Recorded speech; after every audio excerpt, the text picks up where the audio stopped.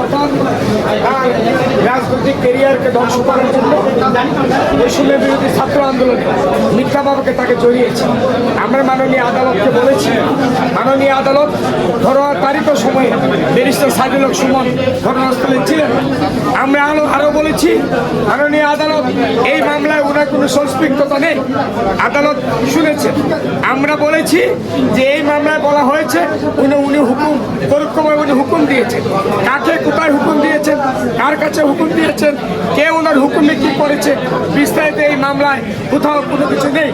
আমরা আদালতকে অনুরোধ করেছি ওনার ব্যক্তিগত রাজনৈতিক কেরিয়ার নষ্ট করার জন্য, রাজনৈতিক ব্যক্তিগত সম্পর্ক নষ্ট করার জন্য ওনাকে উদ্দেশ্যমূলকভাবে বর্তমান সরকার ওনাকে এই মামলা জড়িয়েছে, ওনার রিমান্ড নামঞ্জুর করে ওনাকে জামিন দেওয়ার জন্য মাননীয় আদালত শুনেছে এবং 2 দিনের সকল কিছু শুনে 2 দিনের পুলিশ রিমান্ড মঞ্জুর করেছে।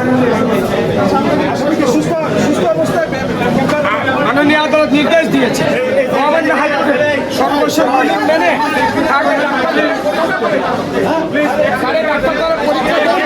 তাকে রিমান্ড করা